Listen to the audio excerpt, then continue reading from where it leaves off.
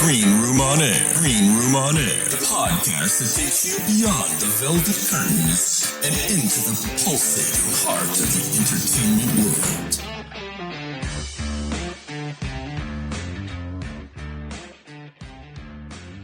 Hello, friends. You have reached Green Room on Air, and I am your host, Vernotti. It's so good to see you again. It's been a little while since I've been here in the green room. Been pretty darned busy. I got the COVID again, which was an interesting experience, which I've gotten over, but it left me with a little insomnia. But I'm keeping on.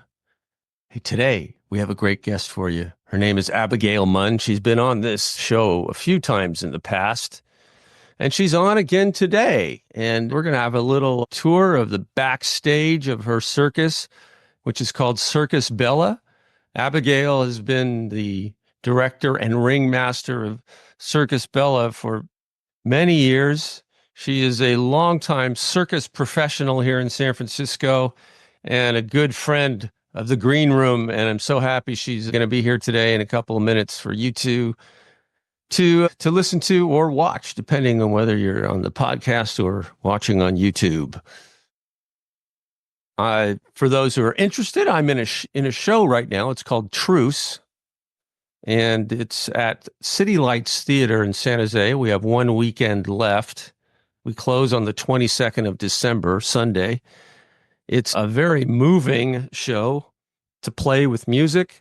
It's been very well received by the audiences, got a great review in the San Jose Mercury News.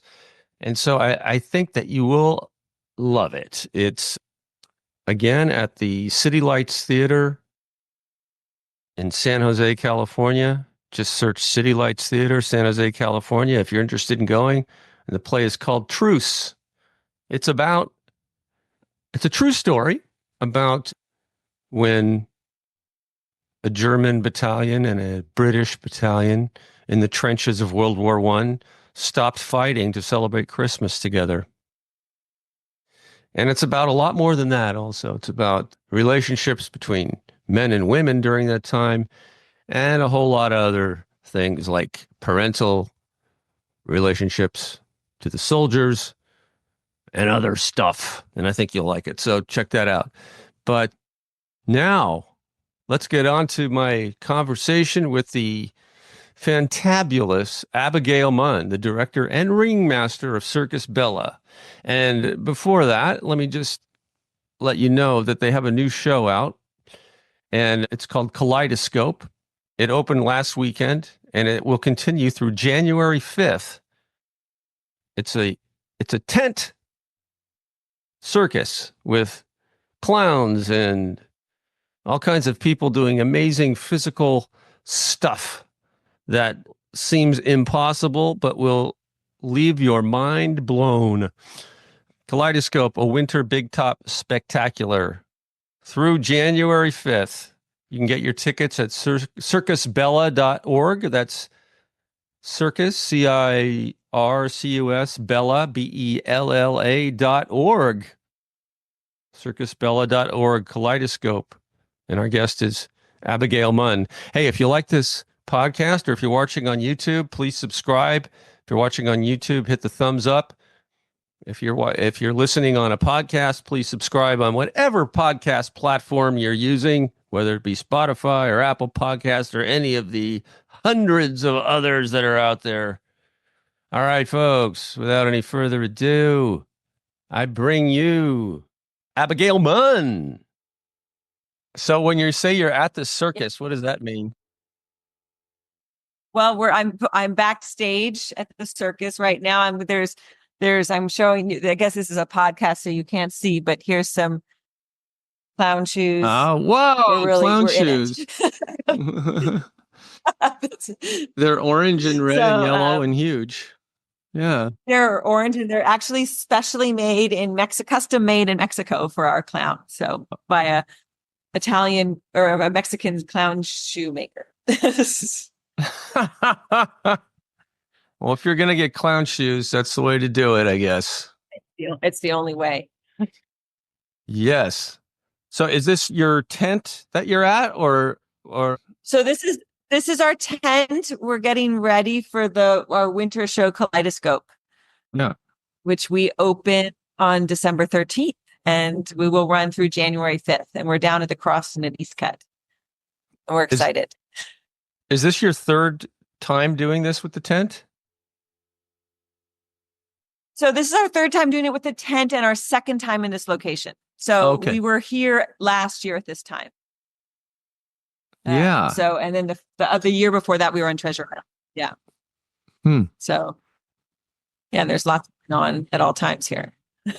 Well, this is probably a better location than Treasure Island, isn't it? There's less wind. Different. We like Treasure Island, less wind. Oh, and we're in such a central downtown, amazing location. You know, it's really fun. We're right in the middle of the city, which I love. Yes, it's a beautiful area there.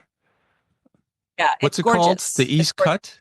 It's the Crossing at East Cut. So it's this kind of newish neighborhood. It used to be called Rincon Hill, and now it's the Crossing at East Cut. And it's really amazing, densely populated, really lots of different kinds of people living here in this very urban setting. Yeah. I grew up in San Francisco. It looks all new and weird, but I think it's pretty cool. Yeah, because, well, like when we were growing up there, that was all just warehouses and things like that, right? Yeah.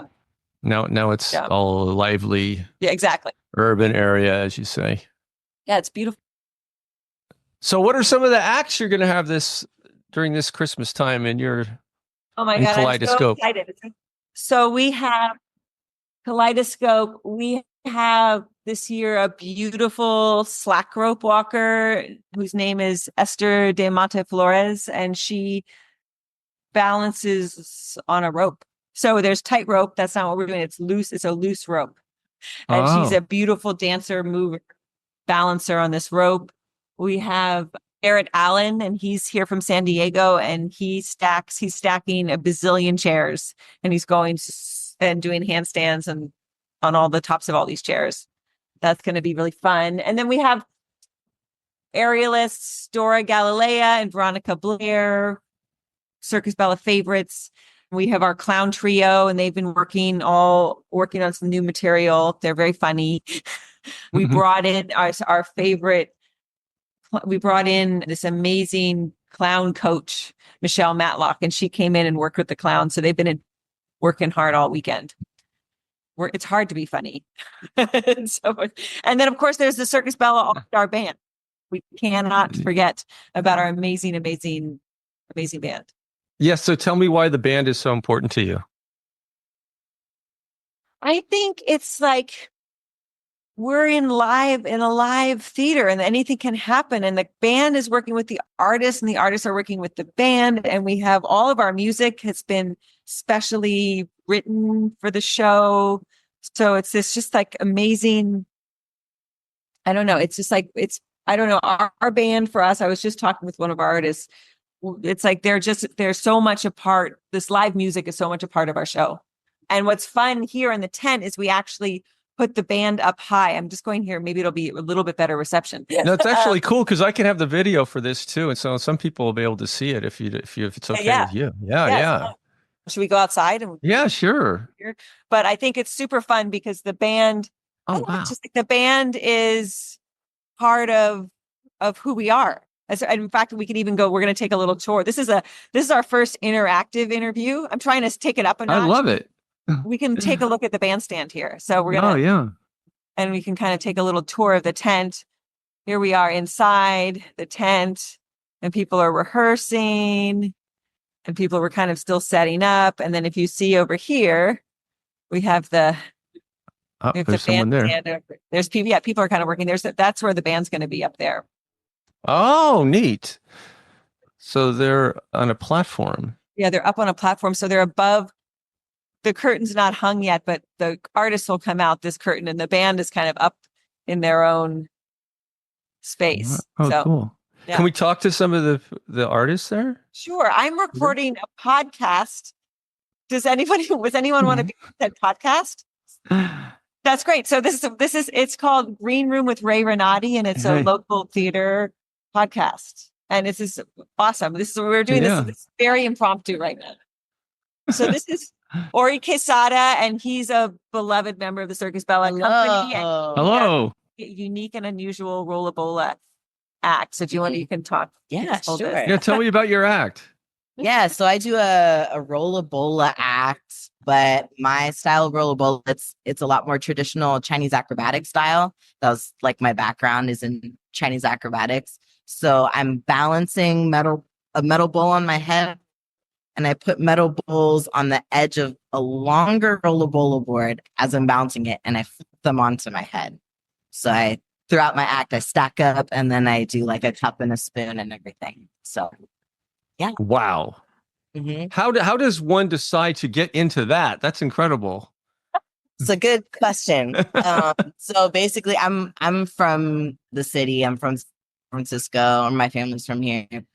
And I started training when I was like 7 years old here in San Francisco. And it just so happens that the main teachers at the circus school here were formerly part of the Nanjing acrobatic troupe in China.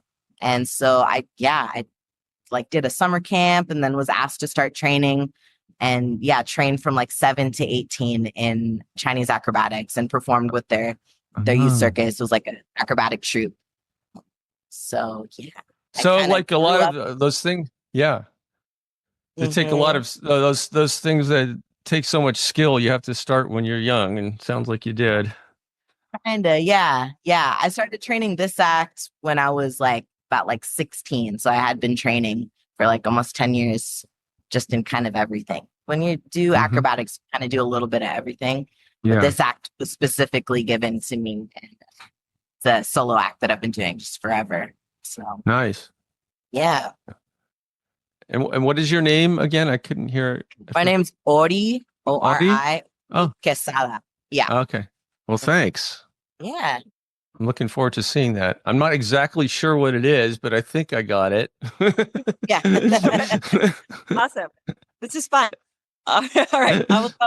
I think everyone else is kind of working. We've got lights and sound going up.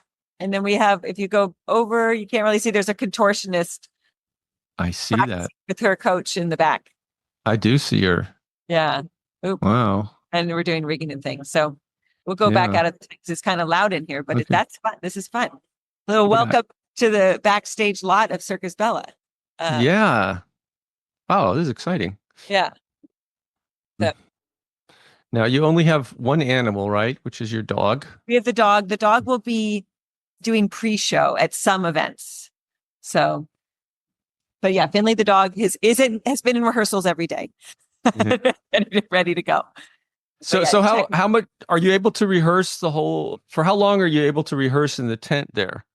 Not enough. So we start rehearsals a couple weeks prior at our rehearsal space in Oakland. And then we're able to rehearse for about a week in the tent before the show goes up. I mean, that's what's sort of, I think, unusual about circus compared to other theaters. Like, we are building this village. We're actually building the theater. So we start from scratch, bare lot, and then put up the space, and then put up the lights, and then put up everything. That's I think what's sort of magical is we're really creating the whole venue, not just going into a venue. We're really build the whole space ourselves. Yeah, so that's a big commitment. It's redonkulous. Totally. I have, I'm like in the middle of the night, I'm like, what am I? There's this moment too. I always have like when the trucks are about to arrive and you're like, make it, what have I done? Stop. I can't. So here we go. But the show is really great and the cast is gorgeous. And this year we're building a little bit. What's great is this the second year in the same location. And there's some things about the show that we're sort of taking last year's show. I keep saying Kaleidoscope 2024 is like 2023, but better. So, there's things that I wanted to change that we once a show goes up, you're kind of there. I mean, you can make minor tweaks, but sort of making some larger shifts knowing more about the space and the venue and all the things. So and then some of the acts are different just because life happens and So is there a theme to the show? Or are the acts just sort of all put together in a wonderful way? Or is there like I would say it's more of the beat. I mean, I think it's, to me, what this show is about is kind of sort of celebrating the beauty and the pictures that we all make together on the stage, kind of like a kaleidoscope. It's like, I don't know, it's sort of, it's not a real story. Yeah. And there's definitely thought about the journey that we're going to take you on. And it's not going to be like this very narrative story, but I think I try very hard to make sure, and actually even musically, we're going to take you different kind of emotions, feelings, textures, colors, big groups acts when we really, I swear we can't fit one more person on the stage, to a solo performer by themselves in the ring, kind of having that experience. So you kind of run the whole thing, and there's funny, goofy things, and then there's more I don't know, emotional parts of the show, and the music can really punctuate the different. Well, it's sort of, Rob and I always think about when we're working the score, like what is this kind of journey? Like, when you listen to an album, maybe it's not necessarily a story, but it kind of all fits. I mean, we don't listen to albums anymore, but I try to. I do. I have my record player right here. Yeah. And I listen to my albums. Like, there was like in a wonderful album, there's an intention of the journey it goes through. And we do that same thing. Great. Have you had any interesting challenges this year in getting this going?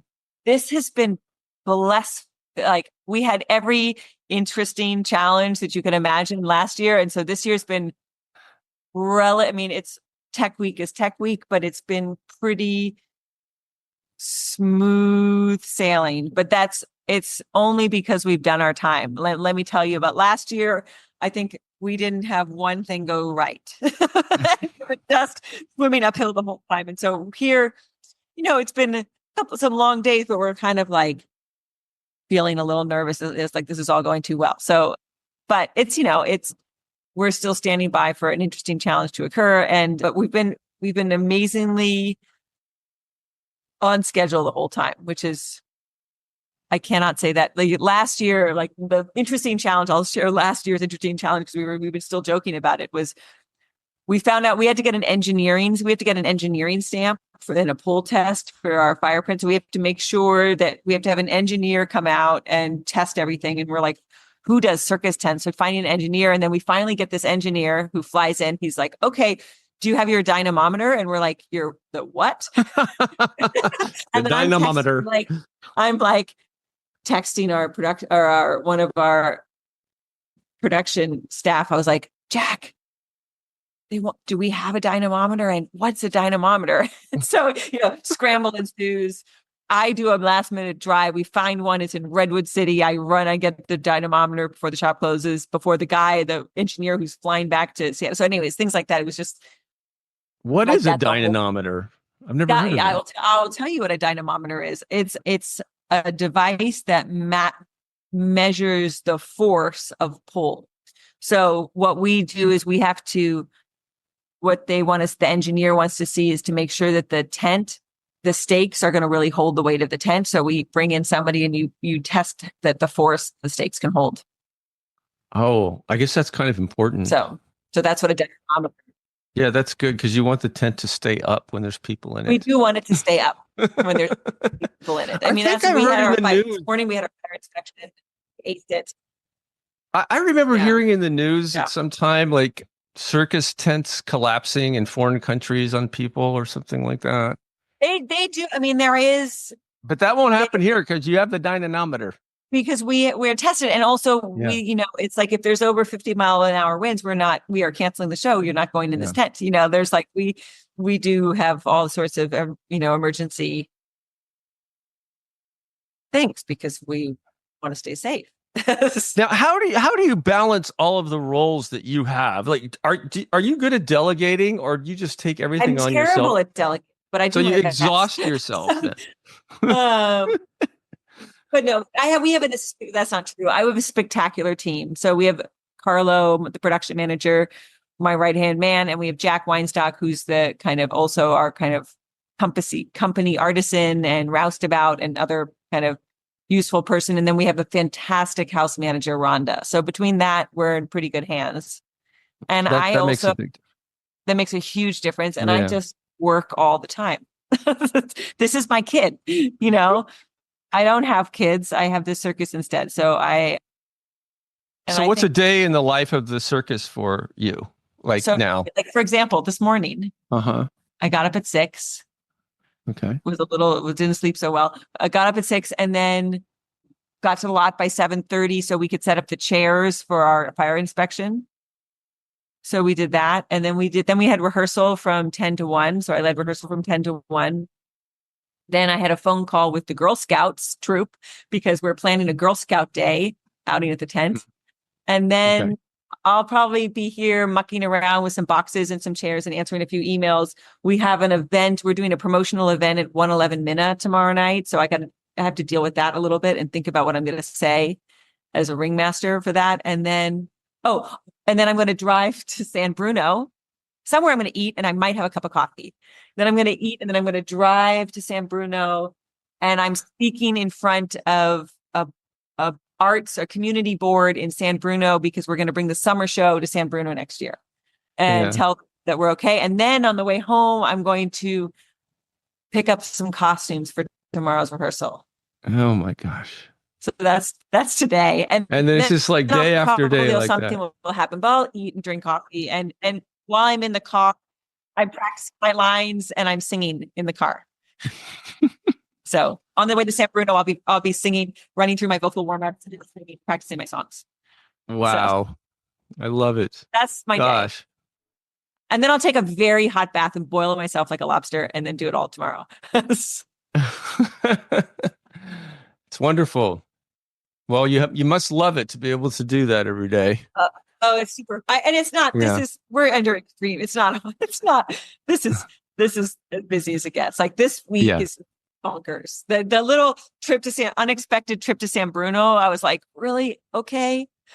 Yeah. I mean, you have to say because they're going to give us some money to do the show, but I was like, could we not have picked a better day? But okay. In the middle of traffic.